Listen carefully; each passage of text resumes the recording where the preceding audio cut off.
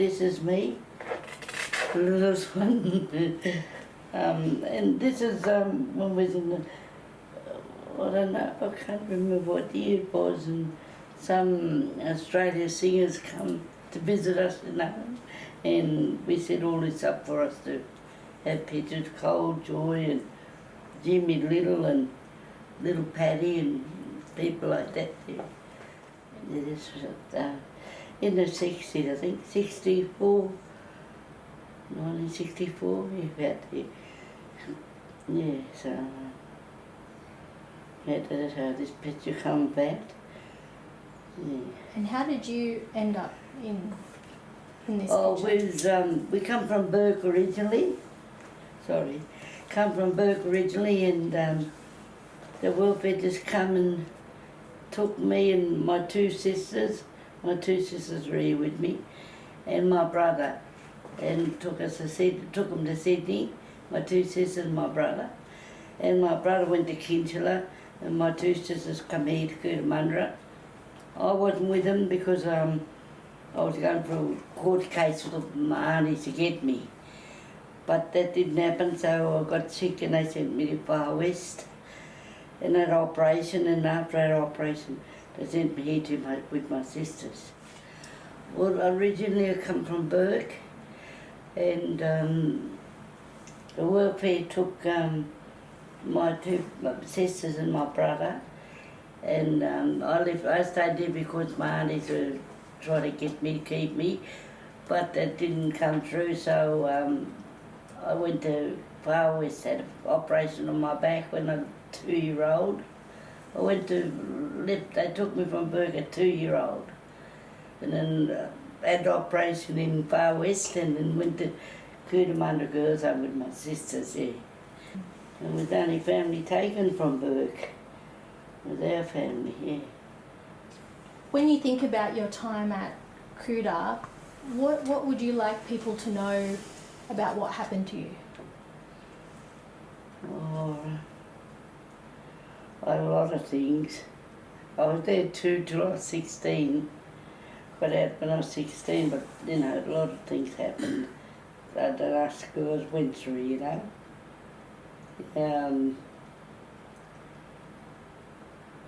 Can't be up now, I suppose, but a lot of girls did lose their life in Cootamundra. Like the clothes, you know, winter clothes, things that we haven't got now, we didn't have then. And a lot of girls got pneumonia, a lot of them passed away. I was there, a few of them passed away when I was there. Yeah. It's the fact that we lost our family, you know,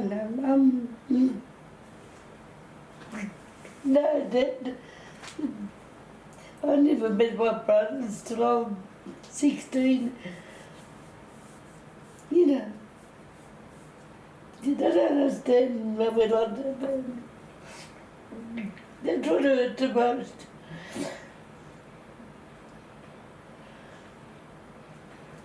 But like the girls all said, they spared each other. You know, it was a family household. Had to make a family, you know, with the girls. Yeah. Thank you for sharing, Aunt, because I know it's really tough for you, isn't it? Especially all the years we're there, you know. A lot of them, you know, lost their parents like me when we was in there. Never seen Mum and that did. Yeah, so it was really, really hard for a lot of them. A lot of them won't talk about it. This is the first interview I've had about being in there because I didn't like talking about it. Because when I had the photo with all the girls, it kept coming back to me, yeah. Yeah, so very, very hard. And was treated very hard too. We'd be scrubbing floors 4 o'clock in the morning, cooking, cleaning, 5 o'clock. Go to school, come home and do the same thing every day. Never had rest or nothing. Yeah, so we all went through a lot of things. Yeah, the girl, all the us girls, yeah. But you know, thankfully a lot of girls are still alive. Not a real lot, but you know, to see them and maybe have a cuddle and it with each other from the knees, you know. Yeah, so very hard life. So I teach my kids and I won't let my kids and my grandkids go, no, no way, not to these places. Because I've been through it here. And how do you feel yarning about it today? Oh, so I'm crying, you know, because that's my family. Them girls, my family. Yeah, yeah. For 16 years I was with them.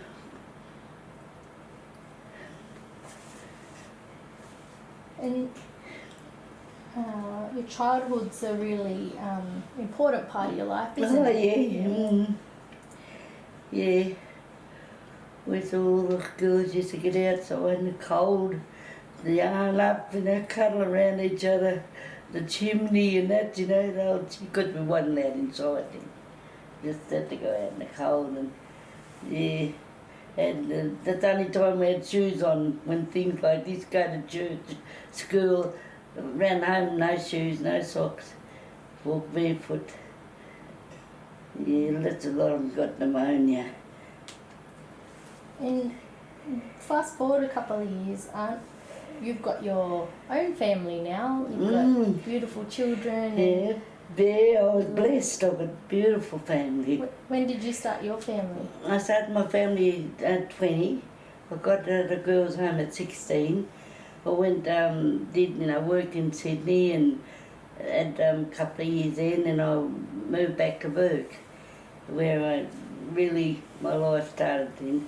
I had Charmaine at 20, she's my oldest, and then I had another 7 kids. I got 4 boys and 4 girls.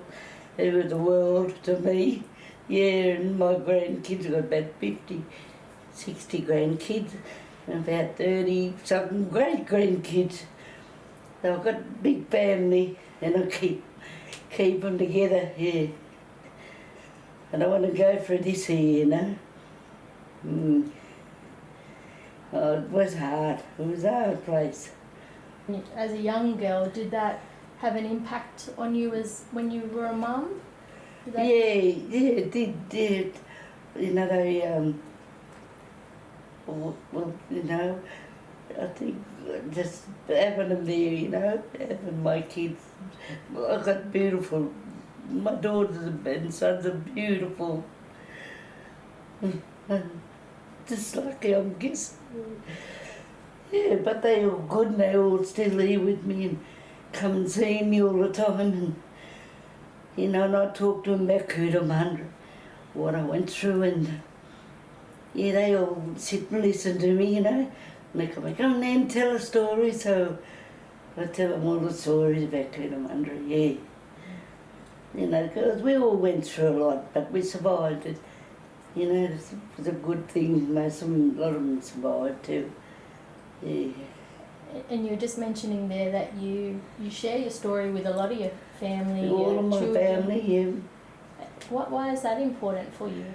Well, I want them to really know, you know, beside us taken, a lot of other quarries, you know, taken in different states, but I want them to know, you know, what happened and how my life was, and you know, that I'd never let them go, or, you know, if they want to talk to me, come to me, talk to me, talk it out so we can, you know, not tell them the truth, I tell them what happened to a lot of us in the homes, and they all sit down and listen, you know. Yeah, good dog, I don't want to lose my family, yeah.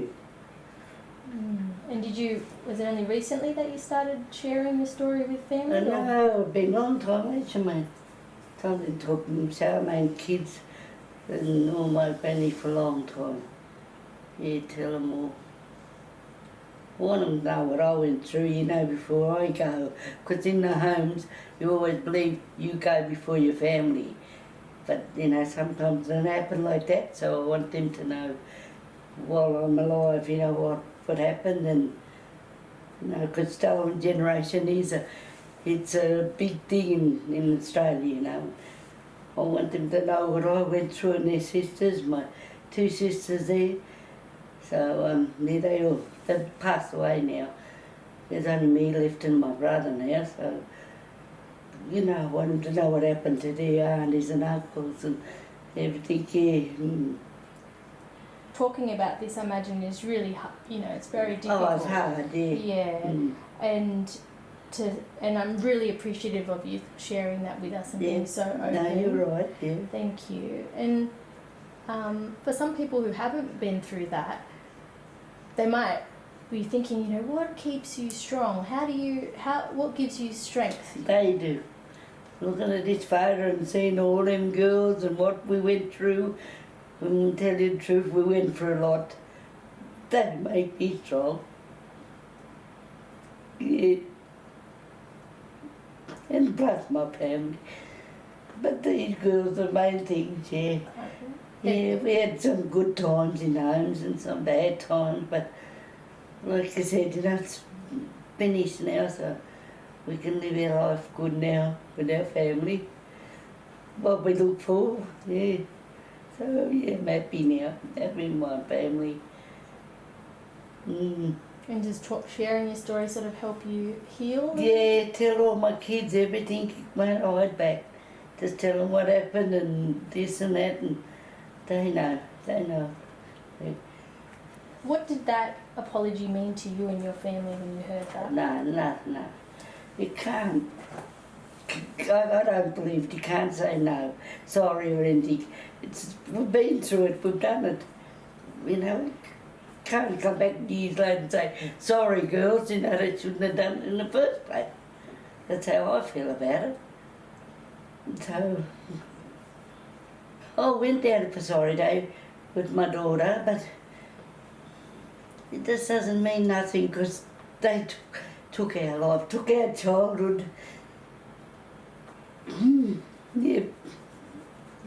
It don't really mean much to me, sorry, but that's who I am. Yeah, we should have been home. One family in Burke went from Burke. What wouldn't we stay there? You know, no one else got taken from our home.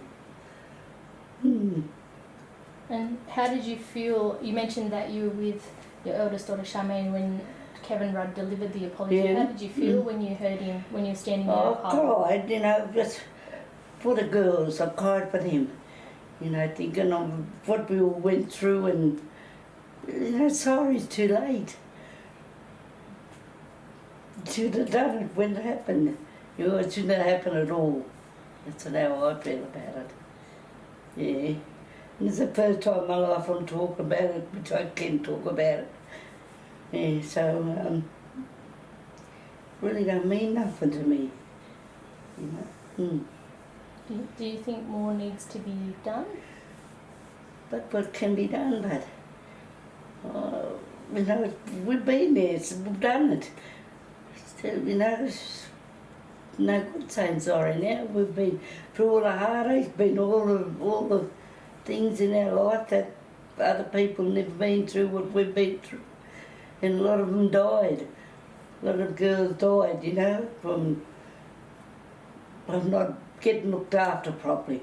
You know, we'd like sleep in my bed when you get up in the morning, go out in the cold.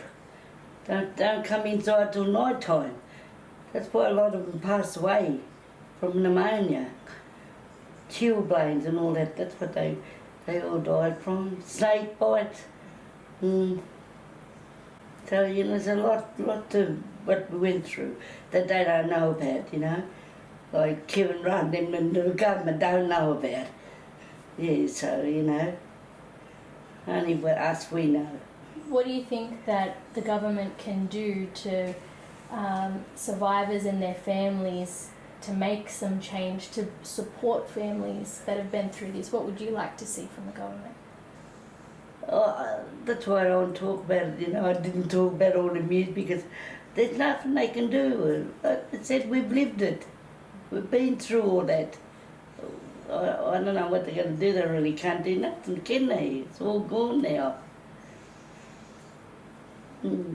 It's only us girls that know in our head what we've been through. And nothing, you know, like nothing we can do about it. Just live it till we die. What about the young people? What would you like them to know about the policies that the government implemented? What the little young ones that are going to school, what would you like them to know about your story and all the other aunties?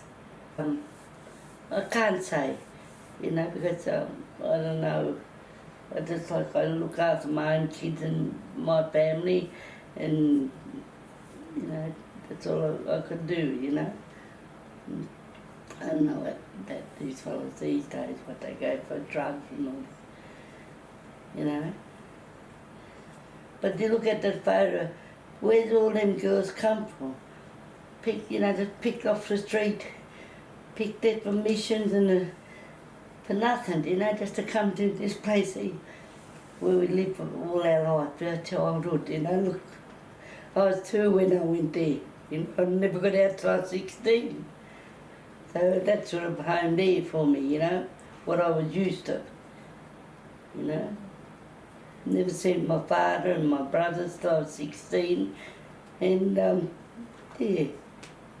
But I said I won't let these kids go through it. Maybe education, like learning it at school in history. Some of the, you know, the high school students, if they learnt about the history of Australia, what happened, do you think that could help all Australians know about the history of, you know, of Cootamundra Girls and the uncles at Kinchela? Do you think that would be helpful for them? Yeah, but they just probably missing. We went to Cootamundra schools. We wasn't allowed to talk about Aboriginals. We didn't know Aboriginals. We didn't know their lives. We just knew our life there. Anything come on about Aboriginal, mate, and turn TV off. Or any of our family comes home, she'd make and go. We sort of grew up with white people. And that's, you know, that's how we grew up, was brought up with nothing about our regionality or nothing.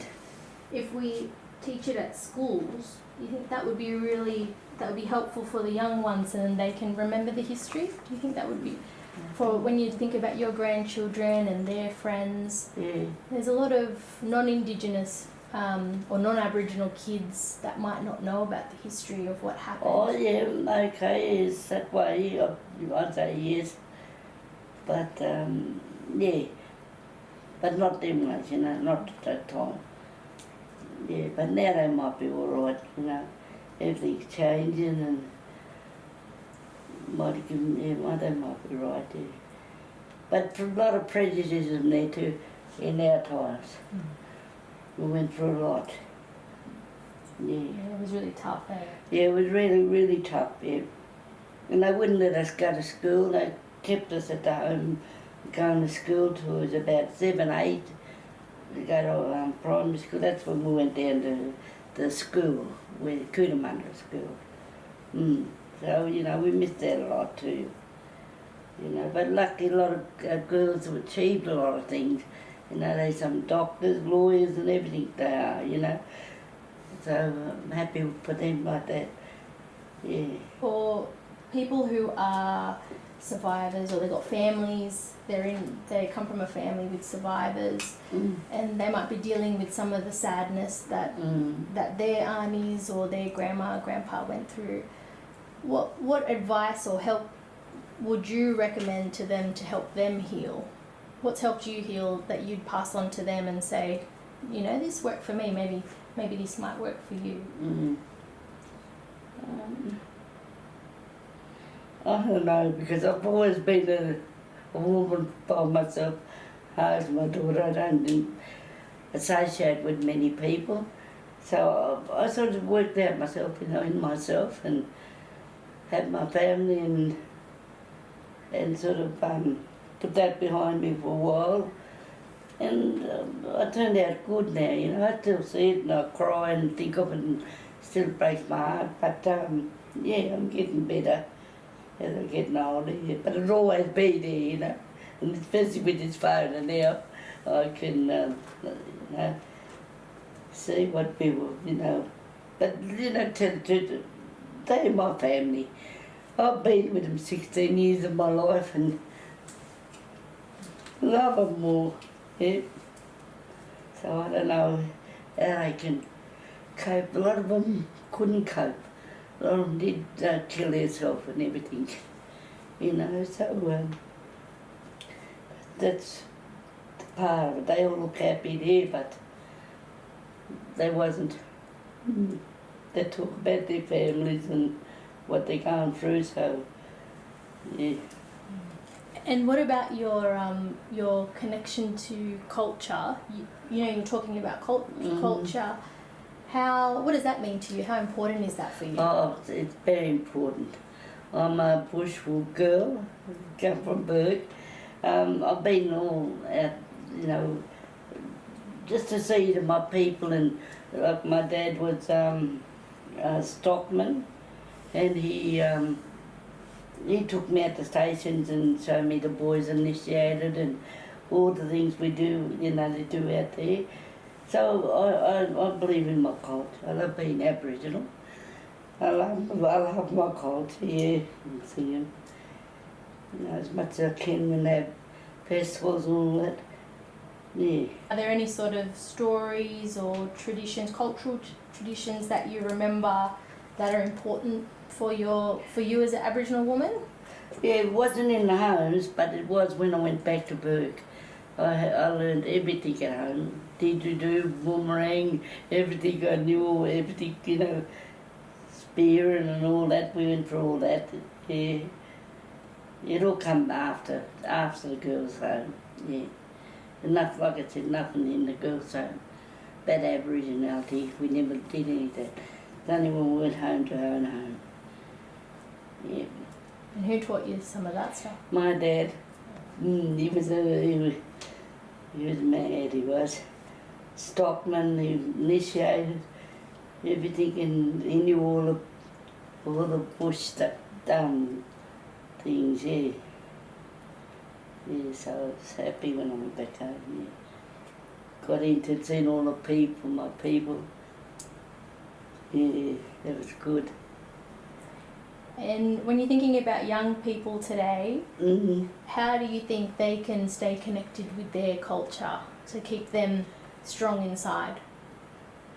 Oh, I don't know. When you Because think there's of drugs and alcohol and all this they're going through now. It's not the same as us, you know. We never had any of that stuff, you know. So we just, I don't know. What about some of the little camps and stuff that they have for the young ones, like your grannies? Do you think little cultural camps and stuff would be? Oh yeah. My kids, my grandkids, and they go to them things. Yeah, they enjoy it, ain't you, mate? Yeah. Yeah, that's all the questions that we had for you. Okay. And thank you so much for sharing your story. You're right, yeah. Is there anything else you want to add, or you feel like... No, just that, you know, just to seeing the girls and just thinking, you know, everybody, oh, that's right, yeah. I saw her can't talk, you know. Yeah, just other the girls I think about, you know. Yeah. You did a wonderful job. Thank you so much.